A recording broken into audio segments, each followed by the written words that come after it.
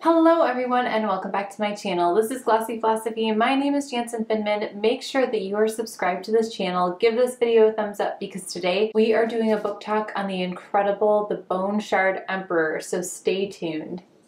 Last year we covered Andrea Stewart's first book, The Bone Shard Daughter, and this year we are covering number 2 in her trilogy of The Sinking Empire, The Bone Shard Emperor, where we have Lynn stepping into the role of emperor and lots of metamorphosis with each character, and several new characters also come into the picture. So before we get into our quick synopsis, if you haven't read or watched the previous book talk, you need to do that right now because everything will become a spoiler from this point onward. Now, for those of us who have read, but maybe it's been a while, let's just do a quick synopsis of what is going on. At the end of Bone Shard Daughter, we have a few mysteries still. Jovis is looking at Lynn's eyes and he thinks he sees the same eyes as his wife. In this book, we come to find out that yes, Lynn's father, the old emperor, used to take bits and pieces of people and sew them together magically and created her. Now, she doesn't consider herself a construct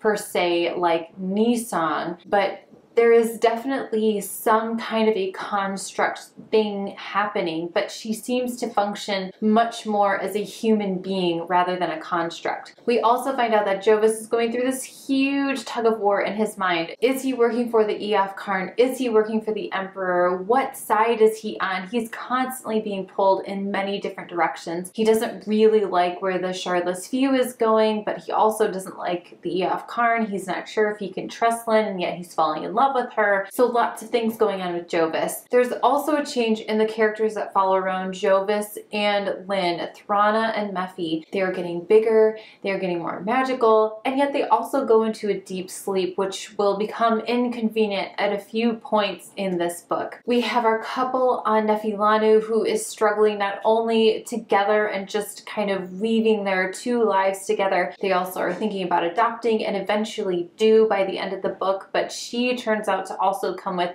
not only a little bit of baggage, but also unexpected powers as well. And then of course we have Nisong, who is absolutely the villain of this book. There are a few other villains, but she is the main villain of this book, and her hatred of everything is quite powerful. At the end of the book, we find out some major things. We find out that Geo is actually this godlike creature that has been spoken about in hushed tones throughout the entire 2 books. We also learn that Lynn's parentage actually met him before he became Geo and kind of stole his secrets and also helped to wipe out all of the Alanga, and so Geo now also becomes a little bit of a tyrant. We're not sure where we're supposed to fall with him. There's a huge battle at the end with a dragon and lots of bone shard magic. There's also a new character that gets introduced, and he becomes a little bit of a villain and will become an even bigger villain than Nisong in book 3, which we will cover next year. So that is the quick synopsis. It's basically Lynn just trying to hold together her empire while all of this craziness is happening around her. Not only does she have to prove herself to her subjects and herself, and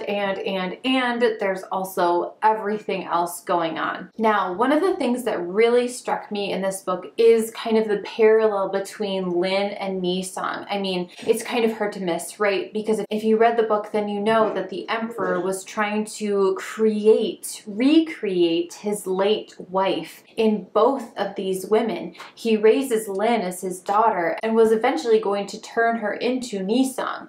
Sand, now known as Nisong, was also created to become Nisong, and she comes with a different set of baggage than Lynn does. Lynn has this emotional baggage from the harsh treatment of her father, and Sand, now Nisong, has this huge empty space in her mind that every once in a while memories click in, and she remembers all of these very intimate moments with the late emperor. So she is living in the past And yet she knows that she is a construct and doesn't know where she fits in with this world that she has woken up to in book 1. So in this book, she is furious. She is angry. She thinks that Lynn is going to be a very harsh and awful emperor, and she wants to live, and she wants all of her friends that have escaped that island to live as well. Lynn unknowingly has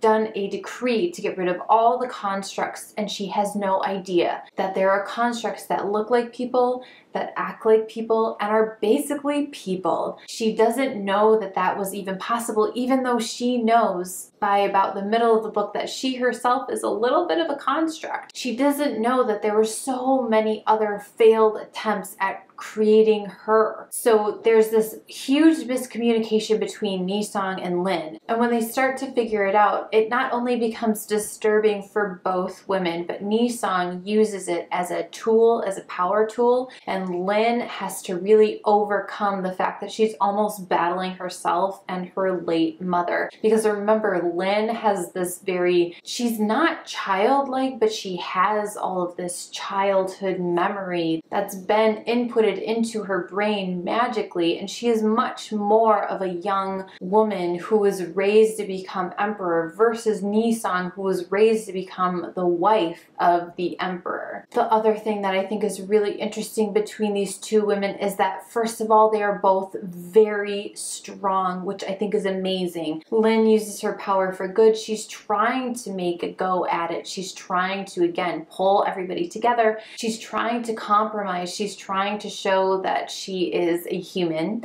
and that she is willing to work with all of the mayors and all of the lords and everybody and try to just make the empire much better. She doesn't want to see the suffering that her father definitely ignored, and yet she knows that there are problems with this group of constructs, which she doesn't realize is like her mom, basically. And then Sand, again, like I said, she is living in the past. She has all these memories that just pop out of nowhere, and she longs for that reality. She wants to go to the palace. She wants to become emperor because she thinks that that is her destiny, and she wants to be with that thing that's lying in the water. She doesn't understand that there's no livelihood in it at this point. So I love the fact that Andrea Stewart paired these two powerful women who, again, are almost the same person, and yet one is evil and one is good. One is looking to the future and one is looking to the past. I think that was such a brilliant move, and also to power play against each other with that is really,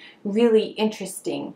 The other thing, as I was getting ready to do this book talk, I recently heard someone who used to work at Google talk about AI. And this whole time I've been thinking, is Andrea Stewart trying to have the constructs be like robots, be like AI?